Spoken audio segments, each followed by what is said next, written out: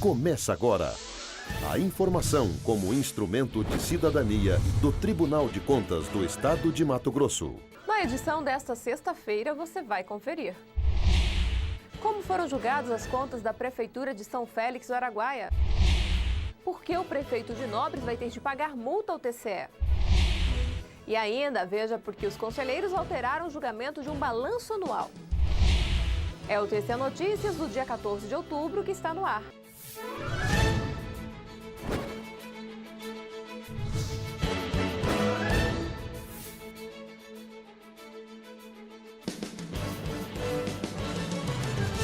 Olá, tudo bem?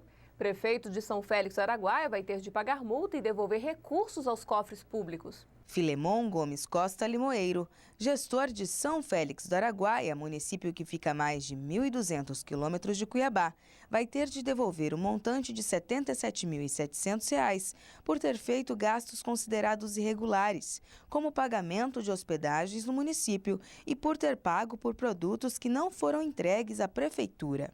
A gestão também vai ter que pagar multa de R$ 8.600 por falhas identificadas no processo, como o atraso no envio de informações ao TCE.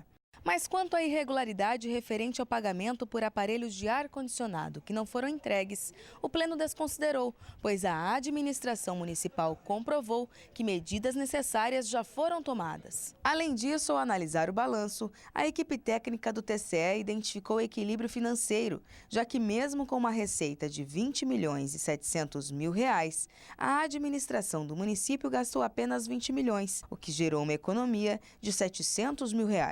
Fatores que fizeram com que o relator do processo, o conselheiro José Carlos Novelli, votasse pela regularidade das contas, com a recomendação de que as falhas que permaneceram no processo não mais se repitam. Eu faço uma determinação no voto integral sobre isso, para que se promova o pagamento de restos a pagar segundo a ordem cronológica, de acordo com o artigo 5º e 92 da Lei 8.666, que é das licitações, e no caso de cancelamento ou baixa, que promova procedimento próprio visando justificar os respectivos atos, que deverá ser observado, inclusive em relação a esse montante, relacionado ao exercício 2010, no prazo de 90 dias. Estou dando um prazo de 90 dias para que seja relacionado e devendo, inclusive, apontar como ponto de controle nas contas de 2011.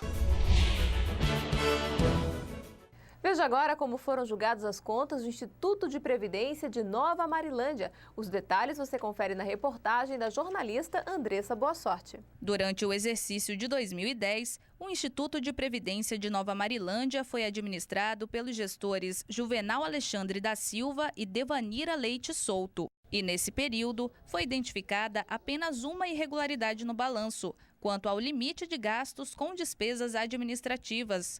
Isso porque a lei determina o máximo de 2% com esse tipo de despesa. E o Prev Nova Marilândia apresentou gastos de 2,02% da receita. O relator desse processo, o auditor substituto de conselheiro Luiz Henrique Lima, votou pela regularidade das contas do ex-gestor Juvenal Alexandre da Silva e pela irregularidade das contas no período administrado pela gestora Devanira Leite Souto. A decisão desfavorável à gestora se deve ao fato da tentativa de modificar o valor das despesas administrativas com documentação diferente da que foi verificada em loco pela equipe técnica do TCE. Nós fazemos um breve intervalo e voltamos já. A Clara é professora e hoje ela ensinou uma lição. Escola pública é feita com o nosso dinheiro, por isso temos que cobrar qualidade. Seu Antônio é caminhoneiro e está de olho nos seus direitos. Buraco em rodovia, sinal vermelho. Se aparecer defeito, o prazo de garantia é de 5 anos. Fique atento, o gestor tem o dever legal de exigir o reparo de defeitos em obras públicas. Quem contrata e quem constrói é responsável pela qualidade do serviço. Fiscalize e denuncie. Tribunal de Contas de Mato Grosso. Estamos de volta. Por causa da nomeação indevida de servidores em cargos comissionados, o prefeito de Nobres vai ter de pagar multa ao TCE.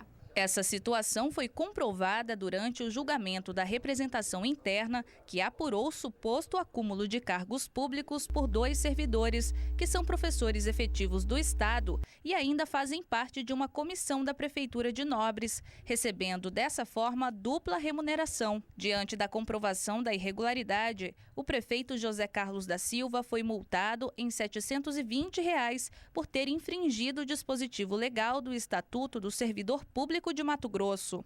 O conselheiro relator Alencar Soares, que teve o voto lido pelo auditor substituto de conselheiro Isaías Lopes da Cunha, ainda determinou que a Secretaria Estadual de Educação regularize a situação dos referidos professores no prazo de 15 dias, notificando os servidores para que façam a opção pelo cargo que pretendem ocupar, sob pena da SEDUC ser responsabilizada por omissão.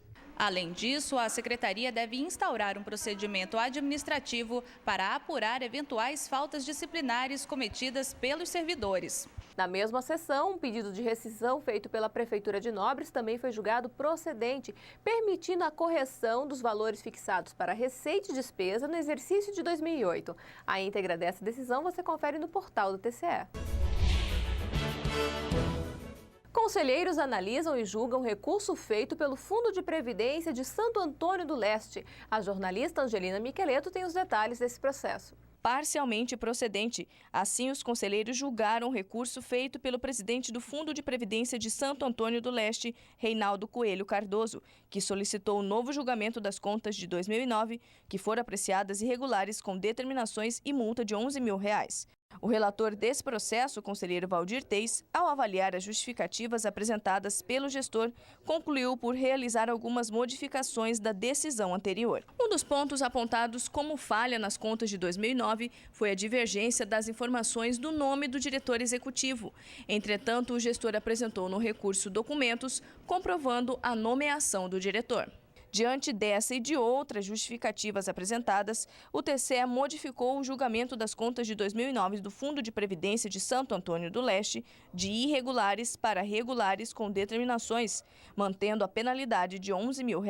Posto isso, em razão dos motivos, e também não constato nem dolo nem culpa nessa questão do desvio de recurso público. Posto isso, em razão dos motivos expostos acima, não acolho o parecer ministerial e voto no sentido de conhecer este recurso ordinário para, no mérito, dar-lhe provimento parcial para reformar o Acórdão número 2702/2010, no sentido de julgar regulares com determinação, mantendo todas as multas aplicadas através do acórdão recorrido. O conselheiro ainda determinou que a administração do fundo não negue qualquer tipo de informação ou documento ao TCE e que observe cuidadosamente os lançamentos contábeis.